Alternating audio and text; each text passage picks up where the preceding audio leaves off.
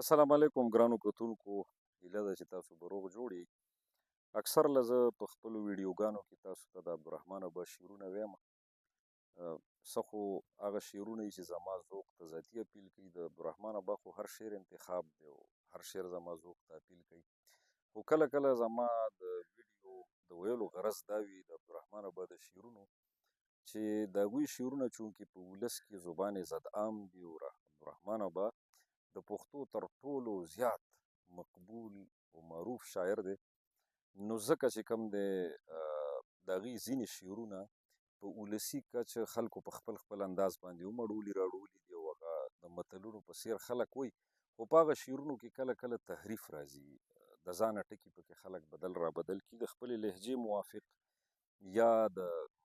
نور څه محرکات هم کیدی شي، یا بنیادي وجه دا هم ده چې موږ اکثر له د عبدالرحمن ابا چې کوم مستند دیوانونه دي نو د هغې نه هم خبر یو زیاتره ولس هغه مستند دیوانونه ځان سره په کور کې نه ساتي، او یا چې کوم د اوس زمانې املا ده، د اوس خو نه د خیر د 1990 نه را په دې خوا 15 کلونه وشوه، موږ تر اوسه هغې ته نوې املا وایو یا د باړه املا ورته وایو، خو هغه د پښتو موجوده مروجه املا ده. نو هغه املا ته چې کوم د هغوی دیوانونه راوړل شوي دي، نو پکار ده چې موږ سره په کورونو کې د عبدالرحمن ابا دیوان په دغه شکل باندې وي. د مقبولیت پسې به هم زه یو خبره وکړم، بیا راځمه د هغې یو مشهور غزل تاسو سره شریکومه. هغه دا چې ځینې خلک په خپلو والونو باندې هم نن سبا لیکي او دا خبره کېږي چې عبدالرحمن ابا مشهور شاعر دی او د هغه د شهرت په محرکاتو کې څه نور سم ذکر کوي چې یاره دا چې کوم دی نو څنګه مشهور شوی دی، هغه لږې منفي خبرې دي، هغې ته زه فلحال تلل نه غواړم، بیا به په هغې چېرته خبرې کوم. خپل چې کوم دی عبدالرحمن ابا سره خاص زما پروګرام دی، په هغې کې به زه بیا په دغه نقطه باندې بحث کوم. خو ګرانو کتونکو، په مشهورتیا کې یا په شهرت کې او مقبولیت کې یو بنیادي فرق دی. مقبول هغه سړی وي چې د انسانانو د خلکو زړونه یې قبول کړي، چې هغه ته قبولیام حاصل شي او د هغه قبولیام په نتیجه کې ورته بقای دوام حاصل شي، هغه امر شي د خلکو په زړونو کې، هغه د زمانو د قید نه وځي، هغه په روحاني توګه باندې د خپلو پرېښودلو لیکلو اثارو په رڼا کې او د هغې په ثواب په ولس کې ژوندی وي. عبدالرحمن ابا دغه حیثیت دی چې هغه مقبول شاعر دی. مشهور خو څوک هم کیدی شي د دنیا په مخ ډېر نیګیټیو خلک هم مشهور دي، که موږ په مثال کې ووایو لکه نمرود هم مشهور دی، ابوجهل هم مشهور دی، او د نن سبا زمانې هم ځینې ظالمان هم مشهور دي،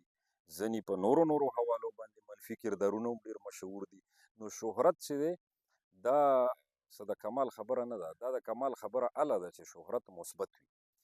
شهرت منفي هم کیدی شي څنګه چې ما مثالونه ورکړه. نو عبدالرحمن ابا د ولس په زړونو په ذهنونو کې هغه مشهور سړی دی، هغه د ولس د جذبو ترجماني کړې ده، د دې ولس حال یې هم د دوی په ژبه بیان کړی دی او افاقي اقدار چې کوم دی هغه یې په خپله شاعرۍ کې راوړي دي، ځکه نو هغه مقبول شاعر دی. د هغه د مقبولیت دا یوه وجه وه، داسې دنیا د خدای وجې کیدی شي هغه په لیک کې هم شته او بیا ذکر کیدی شي. بهرحال زه راځمه د هغې یو مشهور غزل له، هغه تاسو د موسیقۍ له لارې مو اورېدلی دی، اکثر له د هغې شعرونه د ضرب المثل د متل په حیثیت باندې هم خلک وایي، او دا د هغې مطلع خلک داسې وایي چې خدایه څه شو هغه ښکلي خلق په ظاهر په باطن سپین سپیڅلي خلق، نو دا اکثر ویلی کېږي. خو زه دا عرض ډېر په احترام او په ادب سره کوم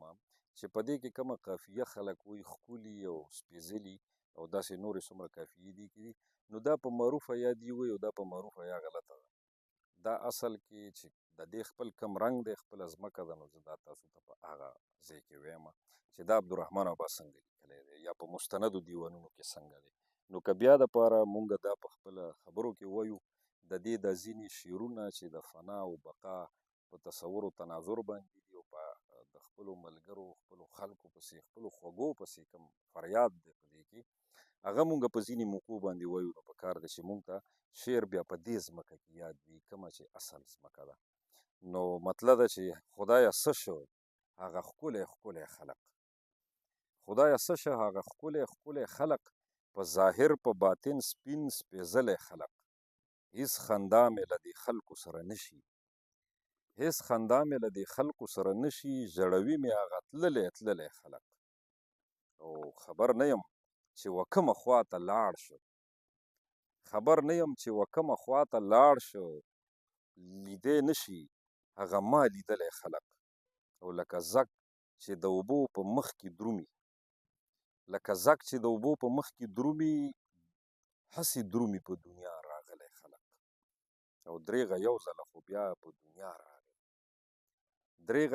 خو بیا په دنیا راغی له جهانه په ارمان وتلی خلق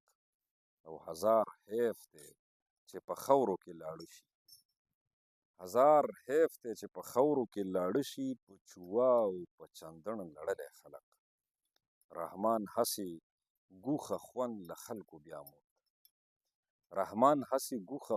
له خلکو بیا موند چې هرګز نشي دا خوند موندلی خلق ډیره مننه ګرانو کتونکو نو زما غرض د دغه شعرونو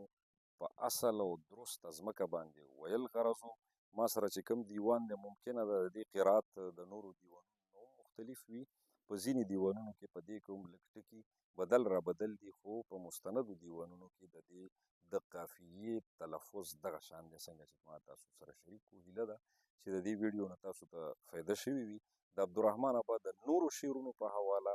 چې خلک یې په کم انداز وي او اصل څنګه دي یا هغې سره کم